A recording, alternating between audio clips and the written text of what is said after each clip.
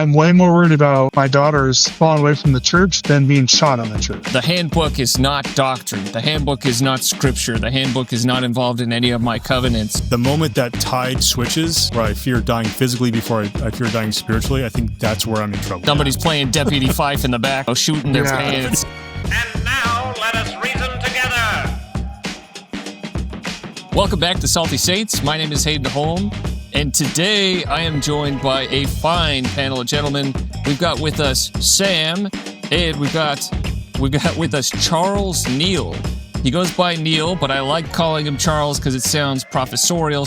But we'll call him Neal because he said he's more comfortable with it. He goes by the brother of Jared on Instagram, so be sure to check him out. And Sam is the owner of Through the Mist on YouTube, so be sure to check out his YouTube channel and subscribe. The reason why we are talking with these gentlemen today is because the other day, Neal slid right into my DMs with a hotter take than a Jamaican General Authority's testimony.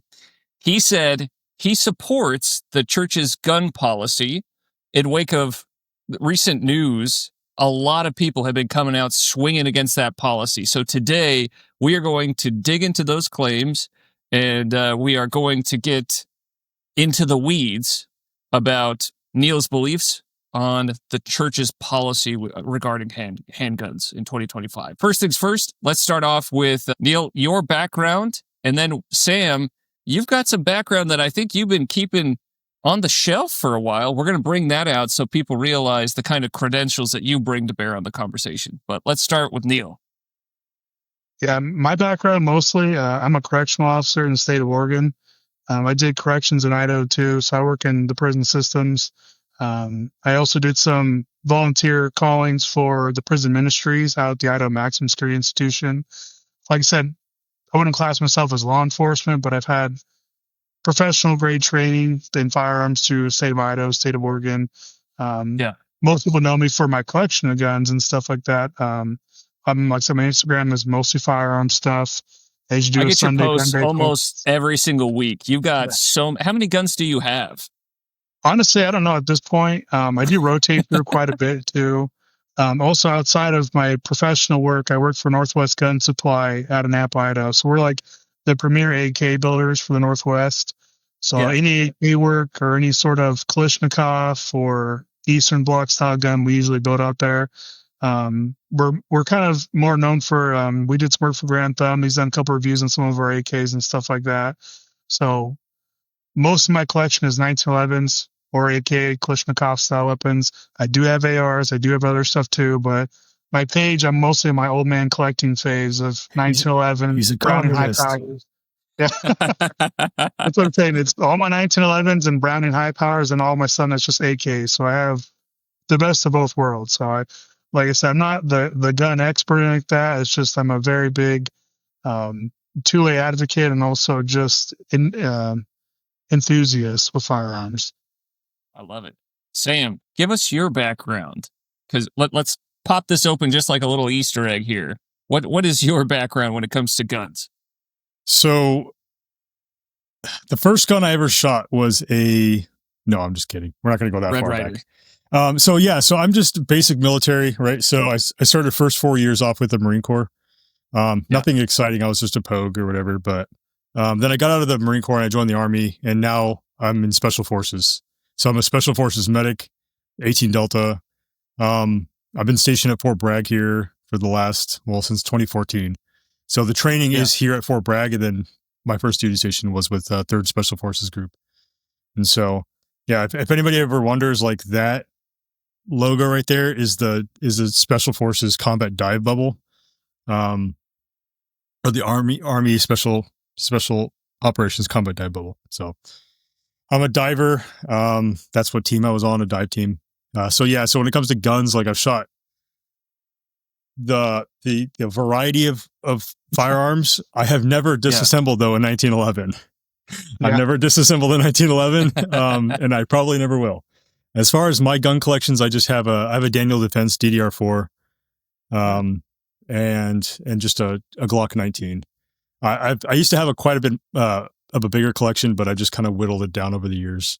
I used to be into 3-gun, but now I just I don't do that as much anymore. So Usually it's the Right guys on. who are the best at shooting have the least amount of guns. So that is pretty telling. It's like me, I collect guns because I can't shoot guns very well, so I have a big collection of them.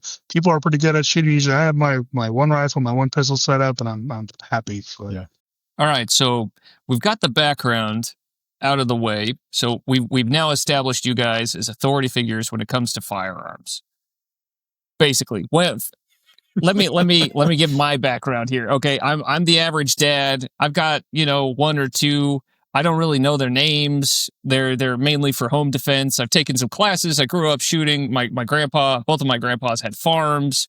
So I was raised around guns. I know how to respect them. Went through the whole scouting program, Eagle Scout. Thanks, Mom.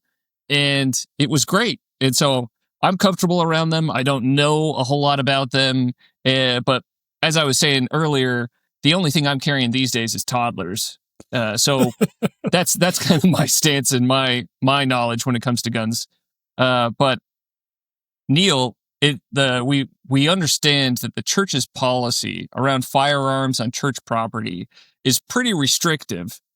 I believe you can carry if you are law enforcement or if your job requires you to carry, but outside of that, guns are not allowed on church premises. So how do you reconcile that with your current passion around guns and the Second Amendment? yeah, it's I was trying to do research. I remember in like 2019, there was an article that came out that talked about the policy changing. It said it used to be not prohibited, but just kind of like they didn't really want you to, but there was no really strict rule on it. And in 2019, there was like an email that went out and said that that's what changed. I think the rule, as the handbook states now, is it's under section in the handbook, the general handbook, section 35, which is the care and use of meeting houses. Yeah. And it says firearms and other lethal weapons are not allowed on church property.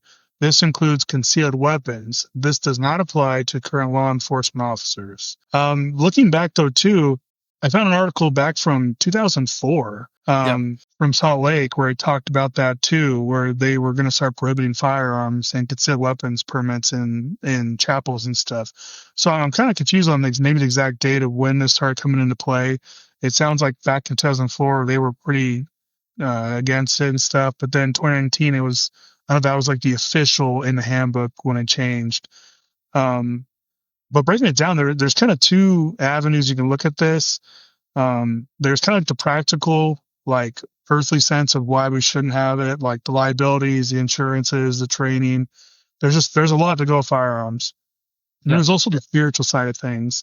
And I remember in 2018, I remember talking to a buddy at my work when this came out, because I used to carry to church, not all the time. It wasn't back then. It wasn't some huge everyday carrying in church and stuff like that. It was kind of like if I remembered to or really wanted to. Most of the time, like I said, you're wrestling 3-year-olds, 4-year-olds, having a pistol to worry about is just kind of like the last thing on my list at the time, or we're running up the door because we're late to church. It's like, it's fine. Yeah. I don't need it right now. But when the rule came out, for me, it was kind of easy to just say, okay, that's fine. I know a lot of people in the 2A community are pretty upset about it.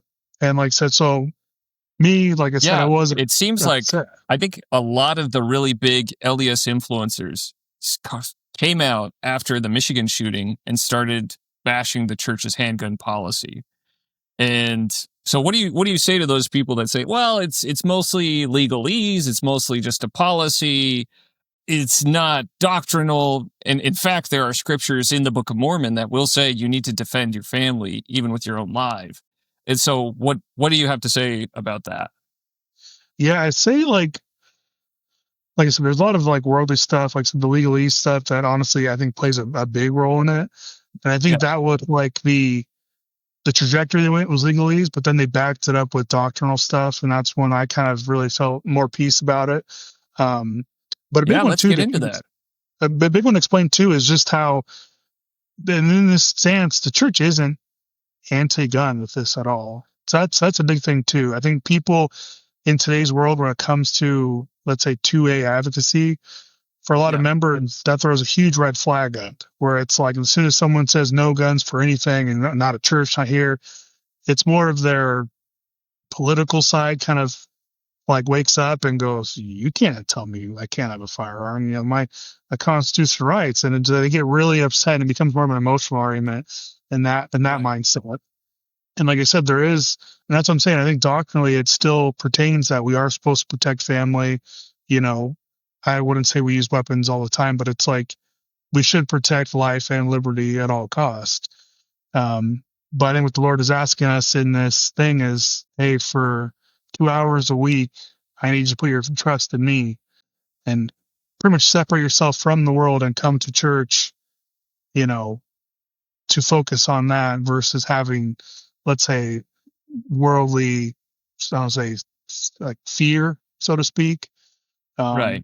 And that was one that got me too. Like I said, doing a career in corrections, you do start to get hypervigilance, things like that. A lot of correctional officers usually have these issues. I'm about 13 years into my career.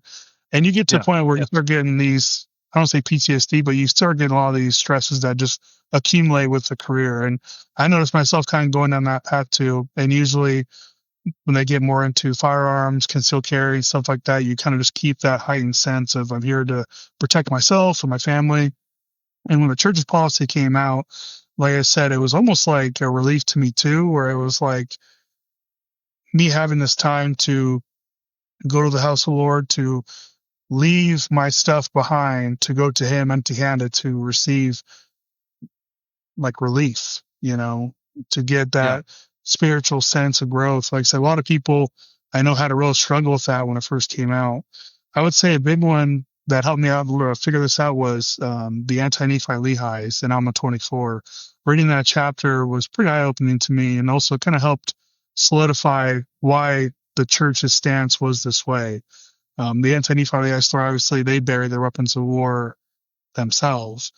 And then the interesting part is that wasn't even asked of them. They weren't even asked to do that. The Lord wasn't like, okay, well, now you need to bury your weapon so we know you won't do this anymore. That's what they freely gave up and decided to make that covenant with.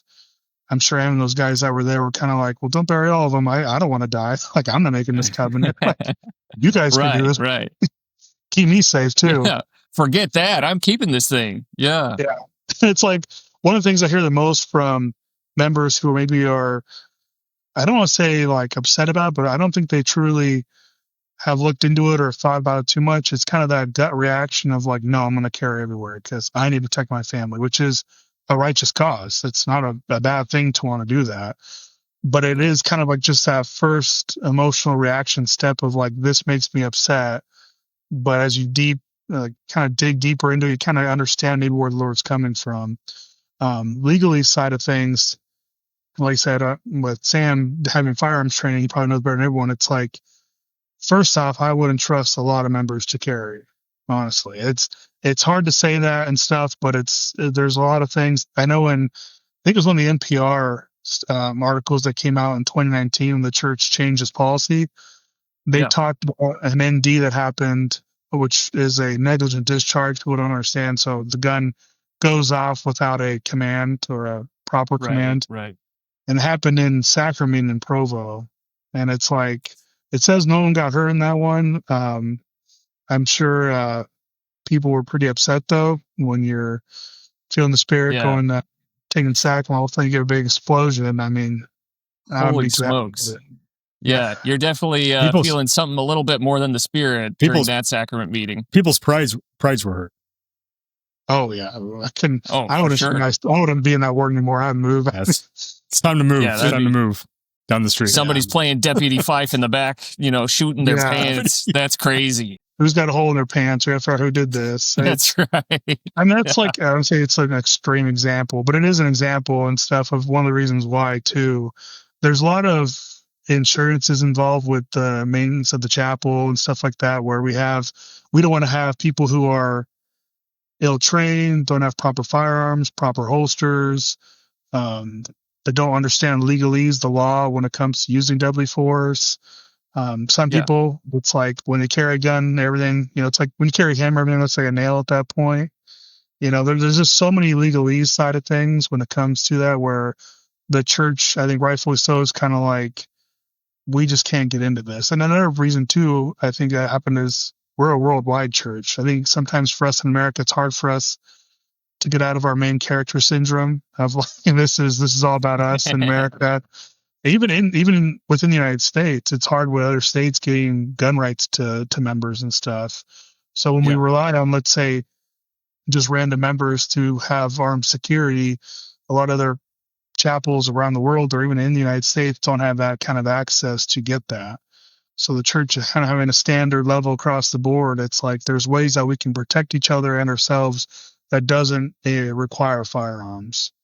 I think that was more the legalese side of thing, where it's like we're a worldwide church. And also, I don't think the brethren wanted people to use, let's say, the rule book where it says, hey, you can have a gun for protection of your family in the building, whatever. And then people who live in countries or states where it's not permitted to have a firearm would justify getting one illegally because the church kind of told me to. And the church didn't want to be, I think, liable for that as well, where it's like, hey, that my prophet told me to get a gun to protect the building. So you can't arrest me because it's a religious thing. So there's a lot of little avenues like that I think was a big reason why in the church was just kind of like, this is our thought process, but can we back this up doctrinally? And going doctrinally, like I said, that's where we get so many scriptures, so many stories in the scriptures where I can kind of see maybe how they were justified in making this rule. I don't know if you guys have heard anything like I said. I've only had a few people ask me specific. I think a lot of people didn't know that was an actual rule too. I've had family and friends that go, that's a rule? You can't have a firearm? It's like, yeah. Oh, we talk about it all the time in Texas. Down here, I've had that conversation probably like 5 to 10 times with different members of the church. They bring it up all the time. And so it's, I mean, as soon as that shooting happened, it's like I knew exactly what the policy was and what it wasn't. And, that is really important to bring out the fact that lack of training could be more dangerous than not having the gun in the first place, because a gun needs to be respected. Absolutely. There are people out there that will say a good guy with the gun is basically the best remedy against a bad guy with a gun. And I would just modify that. I would say a good guy with a gun that has training, who is properly trained and permitted to have that gun, is way better than no guy with a gun in that scenario. Sam, what are your thoughts? No, I think I fall along the same lines. Like when you conceal, I mean, depending on how often you conceal, like you still notice it. Like it's almost like one of those things that you have a constant reminder on you. Like I have this thing on me, and over time you kind of get blind to it to some degree. But yeah, I think what the brother Jared was saying was right on point. Like I think if I'm going into a sacrament, if I'm going to church to partake of the sacrament, I don't think I want to have that as a reminder of something that I have on me. And I want to be able to focus more on like the sacredness of partaking in the sacrament. And if you think about it, like what comes to my mind, if firearms were allowed in church, the first thing I could think of is, okay, well, now we need a committee to determine who can have a firearm in the church. Let's find like the best people. And now those people are designated as like, hey, are you going to carry this week? Because, this, that, or the other. And then now that person's like, feels like he's responsible to carry. And like, now that's an extra burden on him having to come to church. Now he has to worry about all of the security details of attending church, where he should be focusing on, like you guys pointed out, the sacrament. And I love that. Sam, you are singing sweet music to my ears. Let's get rid of the meetings. If there is anything that addeth more meetings to the lives of our members, it's destroy it. It is wicked. It is evil. I will note though. So he read the policy in 35.5.2 or .7.2. It's right above, that policy is right above kitchen and serving areas, which is a touchy subject because as we all know, don't even get me started on the kitchen and serving areas. We all prepare food as well in the kitchens. We don't just keep food warm or whatever. So yeah. I think to add on that's to that, probably a bigger point of debate than gun control, honestly, is like, why can do we we have a stove prepare if we and can't use it? yeah, versus warming it up and storing. Yeah, that's a really big debate there. I would So, say oh, to go add ahead. to that though too is I don't know, it's like I have a lot of Protestant friends. I think the Protestant faith, or that whole group, they are really big into carrying a church. Yeah. Like they've taken that conservative mindset of like the 2A and attached it to church. Like if you watch people like Warrior Poet, he does all, like when the church shooting happened in Michigan, he came out and made a video, a little short, about like the program he offers where it's free, how to defend a church, how to get trained up in firearms to protect your church. And I have a lot of buddies, like I said, that work out at the prison that are more Protestant, and their churches, what they do is like because they're correctional officers, they're the security guys at that point. And it's one of those things too where that was my big concern too with this is like we already have enough elders that don't go to elders quorum. They like to hang out in the hallway, the foyer to make sure everything's okay. Like they'll be like, I'm gonna go sit on the couch and I'll watch this door. And it's like, Gotta well, go check the security of the hall yeah, real quick. you do a perimeter sweep, okay, guys? I'll be Yeah, back in an hour. gotta do a perimeter sweep of the snack cabinet in the nursery. Yeah. I'll be back. Yeah, And it's one of those things where it's like I'm always concerned that people will use that almost as an excuse to get out of the spiritual side of church and just be like, well, I'm just the designated. Because like imagine if you are like like in the policy it says this does not apply to current law enforcement officers, and this is why I tell people who are work with me that are correctional officers, well, it doesn't apply to us because I think people understand when you are a peace officer, certified peace officer, like if you're a police officer, state trooper, or let's say a deputy, when you get those positions, you're a certified peace officer where most of those agencies require you to carry 24/7 pretty much. Off duty, Yep. on duty, you're carrying a firearm because you represent whatever law enforcement agency it is, and you're expected to intervene with whatever law is being broken pretty much. But in doing so, they have a lot of legal protection. So if I'm let's say a police officer in the ward and this did happen and I pull out a firearm, like I'm doing so in the capacity of a police officer, not as a patron of the building. So that's why that's in there too. People to understand. So me being a CL, some states correctional officers are peace officers, like California and stuff. I think Utah too, actually. So Utah Yep. they'd be allowed to, but like Oregon, Idaho, and some other ones, that's a no. So and that's the reason that's in there, just to help people kind of understand where that rule is coming from too with law enforcement. It's not necessarily just about training, which is a probably big role in that, but also, like I said, it's their requirement for their career. And if they do something, it's under representation of that versus, like I said, just being a person at church. So that's yeah. that one. Well, it's a fine line that the brethren have to walk right now, because if they come out and they change the policy on handguns, what kind of message does that signal out to members? Like, I think there would be some members that would probably start, I guess, becoming afraid to attend church. If they're saying like, oh, the brethren are saying we need to arm ourselves before we go to church, I think that sends a message of like, hey, yeah, sorry, things are going to get pretty scary pretty quick. Good luck, And so I think members, upon hearing that news, there would be a segment of members that would just fall away. They'd be like, I'm just going to stay home. If safety is top priority, I'm just going to stay home. But keeping the focus, and I think this is what you're reminding us of, is keeping the focus on the spirit and the spiritual reasons why we go to church is top priority, and that takes precedent over any other, any other priority on the list, even if that means that we're not going to be allowed to carry it. Does that, and this is a good question, does that mean that we should not have security policies at church? So how do we reconcile that? What do you believe churches should do that are feeling scared right now? What would be the best security method that still aligns with church policy? I think the church actually has policy when it comes to active shooter stuff. I thought it was supposed to send to me, but it's I think it's a run, hide, fight model pretty much. Like I said, that'd be a pretty intense fifth Sunday lesson to do is let's do active shooter one. I mean, but if your ward or branch maybe is feeling a little more fearful, or maybe if they have active threats that maybe law enforcement and like let's say bishopric maybe knows about, a lot of times it is disgruntled ex-members, things like that do kind of pose these threats.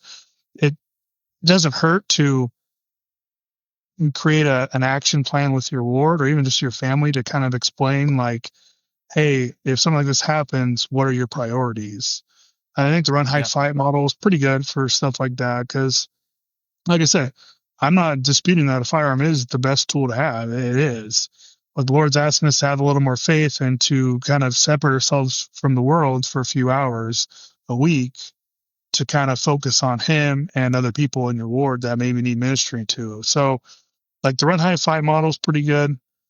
I think, like I said, me and my wife, we've kind of talked about it before too, where it's like, and this is the hypervigilance stuff. Like I said, I think people in law enforcement, military, and stuff get into where, your back's always to the wall. You always want to sit in the very back so you can kind of see everything that's going on.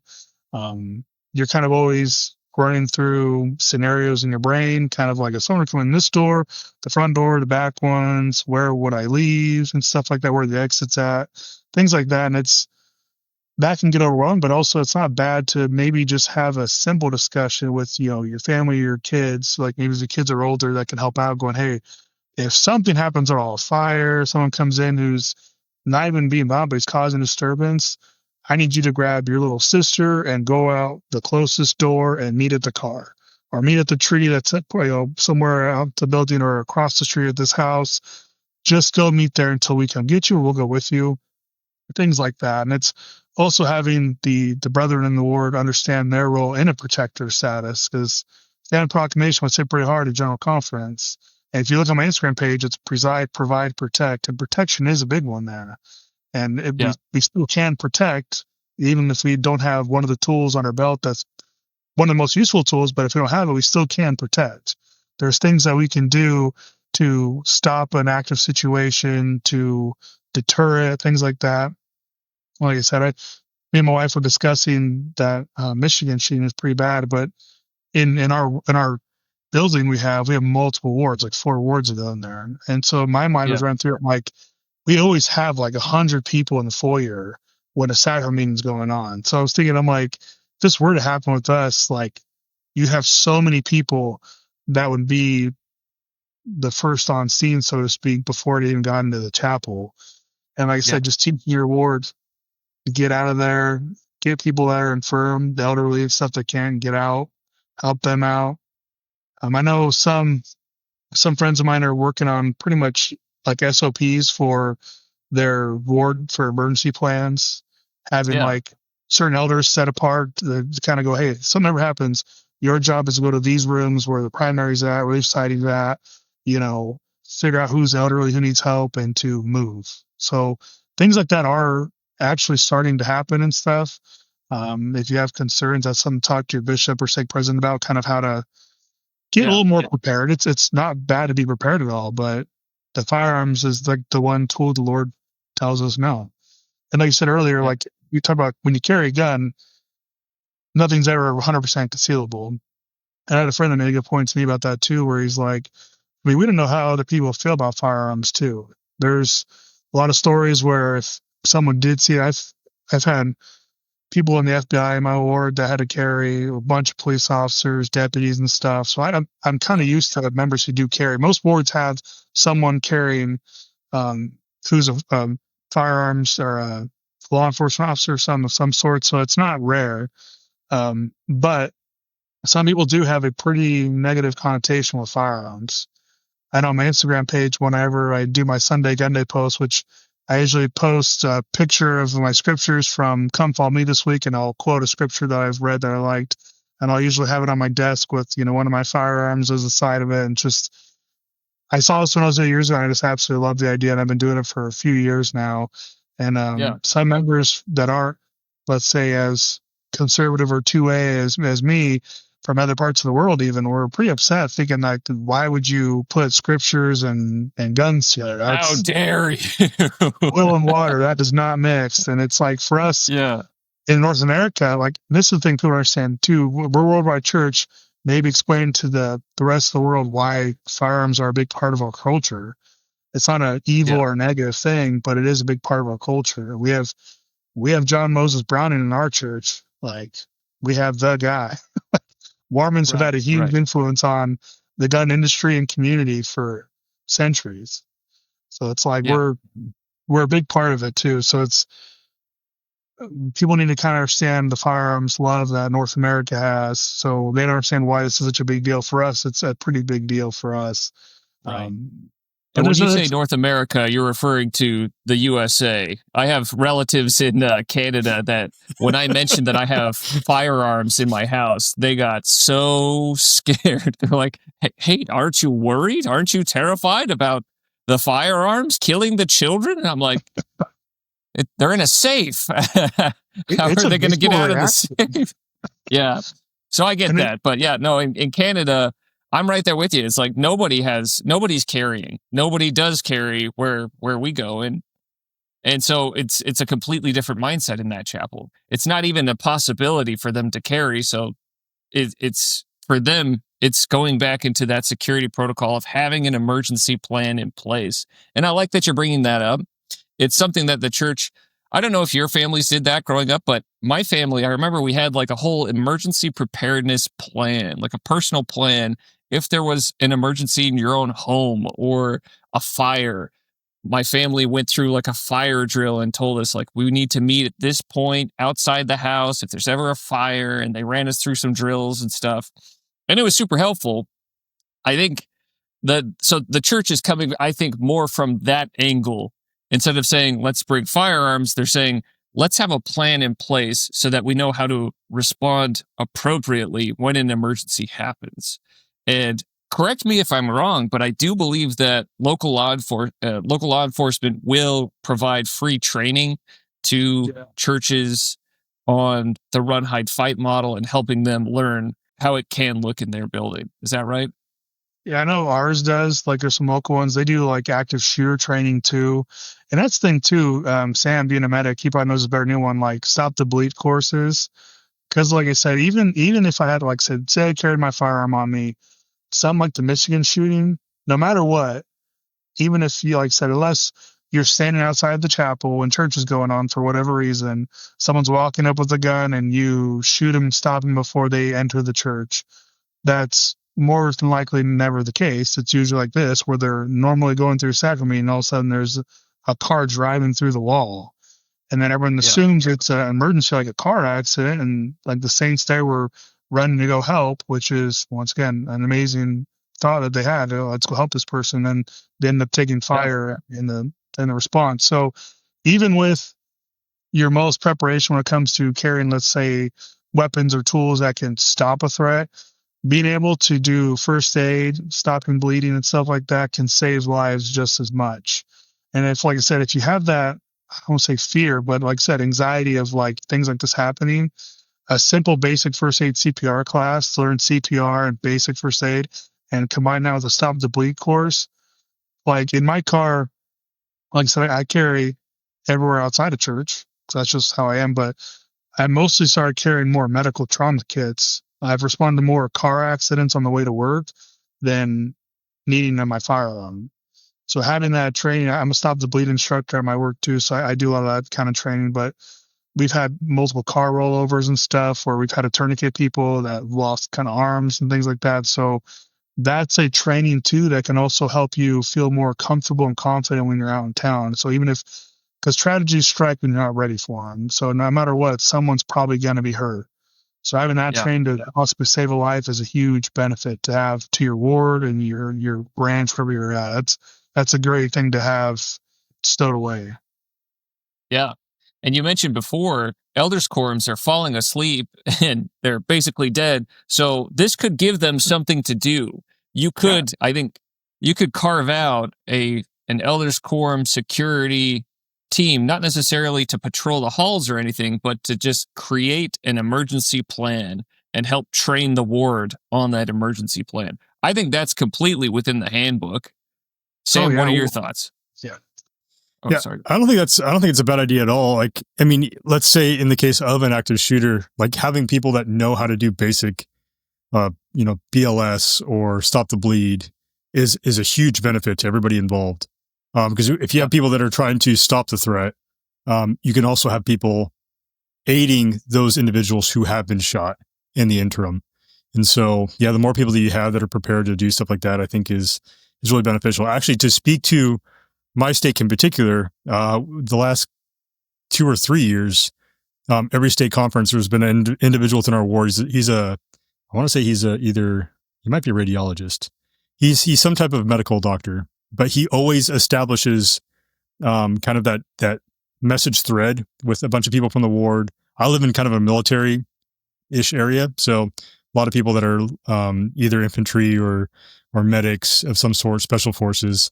And so like he has a kind of a pretty good list of individuals who are medically trained in some capacity.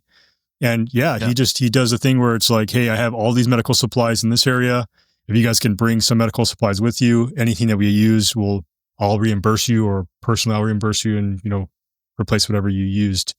And so, yeah, stuff like that, like being prepared ahead of time, where we're going to meet, who's going to take charge of it, is all things that wards can already do now, I think. Yeah. Now, kind of speaking to that security piece, one of the things I have seen wards do in the past, not in anticipation of an active shooter, but just people that perhaps might be more harassing, is actually just keep the doors locked. And so I think that's a good first step. Having somebody near the an entrance, but just having the doors not on, you can push them in and then turn the little thing to keep them like actively open. They'll just close the doors, essentially, all the doors, and just let people in as they need to. And so that's something that we had to do for a little period of time, just because somebody was constantly coming back that was kind of harassing the people at the ward. I gotcha. Yeah. Yeah, that's an interesting needle to thread right there, because we have been told to be as welcoming as possible. We want as many visitors as we can get. I remember our stakes invited us to have the young women work with the sister missionaries in greeting people at the door and welcoming them in, kind of escorting them to the chapel where they could take a seat. And when it was that Sunday, the Michigan Sunday, there were a handful of brethren in the ward that got super on edge about it. I mean, this is Texas. This is Texas. You don't mess with Texas, okay? And so they got really on edge, and they posted 2 men in front of the doors, in front of the greeters at every entrance. And so there was a line of sisters, and then there were like a line. You had to get past a line of middle-aged men to get to the sisters, and it kind of looked a little weird. It didn't seem as friendly or as welcoming, and it put a handful of people off. They were like, what's going on? Why do we have these people here? Is there something going on that we should be aware of? And it made some people feel unsafe. And we heard about this because they told us. And then there were some people that just decided, I'm just going to not risk it and go home. And then they drove away, And so I think you have to find a tasteful way to do it if you are going to do it. There has to be some kind of balance there. Yeah, I agree with that one. It's hard because, like I said, you want to be prepared. That's one of the biggest arguments I get pushed back when it comes to the policy is, well, the Lord, we're supposed to defend our family. We're supposed to, be protectors, and we have a stewardship over our children. These things are all true. But it's just this one time of the week when the Lord asks you to, I don't even say hang that up, but just change how you do it. Like when you're in church and you don't have a firearm on you, you're not less of a protector. You're not, you don't have any less stewardship. It's just the Lord wants you to come to the sacrament table unarmed. He wants you to have the faith in Him during this time that you'll be protected. I know people too. I think that's the reason I DM'd you this, was because I've seen so many people, either LDS influencers or people like that, were so openly, like, I don't say disobedient, but they're just like, well, I'm not going to follow that rule. And to me, it was like, bashing the rule. Yeah. Yeah, and it's like one of those things where it's like these are great faithful members I've known that was like their hill to die. I'm like, well, I'm not going to follow that rule. It's like there's no such thing as being disobedient for righteousness. It's like it's just disobedience. And one of the things that What a someone brought hot up to me, take. yeah, it's just one of those things where it's like I had someone kind of bring up to me as I told them about like we need to have faith in the Lord to be there for us when we're obedient. We have these promised blessings. We go to the temple. The first covenant we make is obedience, and it's like He gives us a lot of promises in return for that. But that's the first step to everything is obedience, and you're willfully saying that. Well, I'm not going to obey that, and it's like I don't know why not. Like it's obedience at that point. You may not agree with it, but just stating that you're not going to obey it, it kind of gave me a twinge. Yeah. But then someone brought like, well, my stewardship to my family is higher than this, and which I wouldn't say is true, but also what it made me think of Ephesians 6:16, where it's having the shield of faith when it talks about the armor of God. And the shield of faith is to quench all the fiery darts from the adversary. And so some people think, well, those people in Michigan probably have faith, and look what happened to them. Like they still had a tragedy happen and people still died. And I'm trying to Yeah. stop the death from happening. And it's like, well, the faith isn't a protection from worldly harms. The faith is that you've been sealed in the temple to your children. Faith is in the very end, the final judgment, everything will be right with you. And like as some people, that shield of faith to quench those fire darts from the adversary, it's like, what are you teaching your kids when the first thing they hear you say is, well, I'm not going to be obedient to that church rule? Like your shield of faith covers you and your family. The more faithful you are, the more those fiery darts from the adversary aren't going to get to your kids. I'm way more worried about my daughters falling away from the church than being shot in the church. That's my priority. Is like I'm teaching them that I have the faith and the obedience to do what the Lord commands me, even if it doesn't make sense to me logistically. Because like I said, I'm a firearms guy. I know guns are the best tool to have. But if my daughters see that I have faith in what the prophet and the first presidencies put out saying, hey, we don't want these there, that's me bigger influence and probably help her out more with her life than me having a gun in the chapel protecting her physically. Yeah. I love that. That's a very, very hot take, especially in today's day and age, but I think it's a necessary take. I mean, we do believe in the law of consecration. We believe in giving everything, just like the anti-Nephi Lehites, where they said, you know what, if I'm called to give my life, I'll go, and I'll do it. Sam, we are getting close to the hour, but I wanted to get some final thoughts. So we'll start with Sam, then we'll go with Neil, and then we'll wrap it up from there. So what do you have to say for the average dad in the age of 2025 with saints potentially becoming more and more persecuted as we go along? What is your advice? Yeah, I mean, like, once again, I'm going to double down on, if you really absolutely have to do anything and you feel like you have to have some way to kind of protect your loved ones, there's non-lethal methods, which would technically fall under the policy. Or less than lethal. And then there's also ways that you can, with the help of your elders quorum, potentially bring up like, hey, roving security, something like that, right? So there still is options before you have to take the step to conceal a firearm or bring a firearm to the chapel. But I mean, aside from that, really the only take that I can think of, especially when you guys were just talking about that last bit, was like, what do you fear more? Do you fear dying spiritually more than you fear dying physically? And I think for me personally, I think I fear dying spiritually more than I fear dying physically. And I think that the moment that tide switches, where I fear dying physically before I fear dying spiritually, I think that's where I'm in trouble. So. That's when you're starting to swim in dangerous waters. Yes. I like that. And we'll have to start to... Okay, Neil, I'll have to start to consider the path of my feet more often. Ooh, topical. I love that. Neil, what are your thoughts? Yeah, I agree with him totally on that one, where I think spiritual death is way more scary than physical death. And us, with being Latter-day Saints, knowing the plan of salvation, we should know that better than anybody. And that's why the Lord's asking us to have the most faith in this. These buildings are set apart and dedicated for a specific purpose, where we are meant to take off that worldly care, those worldly issues, and to leave them at the door, and to come in to partake of the sacrament, to renew our covenants, and to minister to the other sheep of the fold. One of the scriptures that I love when I was kind of reading through this, I'm a gospel doctrine teacher too, so I was going over D&C 103, verse 27 and 28. Let no man be afraid to lay down his life for my sake, for whoso layeth down his life for my sake shall find it again. And whoso is not willing to lay down his life for my sake is not my disciple. That doesn't mean that we are willfully just standing in front of the bullet just to take it. We can act, we can run, hide, fight, we can get our kids to safety, we can do a lot of ways to protect our family without breaking the rules that we have in place. And that's one thing I want to just make sure everyone's is clear. Church policy is this.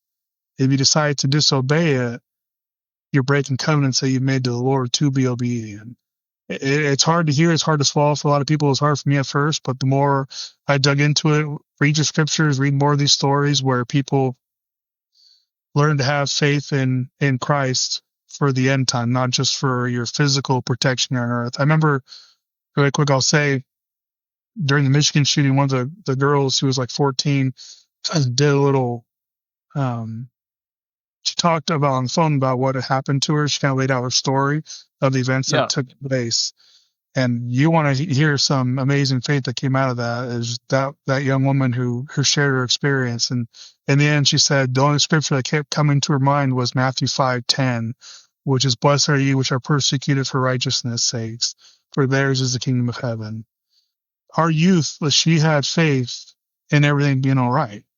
Things terrible did happen, but she still had the faith even afterwards to understand the plan of salvation and to understand that it is still going to be okay. Some bad things do happen on earth here and some pretty terrible things. But she, like I said, watching her video, if you want a nice tearjerker, watch that one. She went through a pretty traumatic experience and was able to really still show her faith, which I think was just amazing. I love that. So instead of, because a lot of people will come out swinging. I can hear the comments already saying, the handbook is not doctrine. The handbook is not scripture. The handbook is not involved in any of my covenants. But I enjoy what you're saying here. You're saying, let's not focus necessarily on the policy in the handbook as much as focus more on your spiritual life and your spiritual survival. And that looks like having the faith of willing to put your life at risk if the Lord is asking you to do that. So if the Lord is asking you to risk it all, saying, okay, I'll do it. If he's saying, put your guns away, keep your guns at home, saying, all right, I'll do that. And then just going and putting your life in his hands. And if you lose it in his hands, there is no better place to lose it. And I think the takeaway for me from this conversation. But Neil, thank you so much for coming out here and giving your 2 cents on this. Sam, we love having you out here. So that's the brother of Jared. Be sure to subscribe to him on Instagram. He's got great gun pictures, fantastic pictures he posts basically every single day. Be sure to also follow Through the Mist. That's Sam's channel. Be sure to check it out. I'm Hayden Holm, and this is Salty Saints. We'll see ya.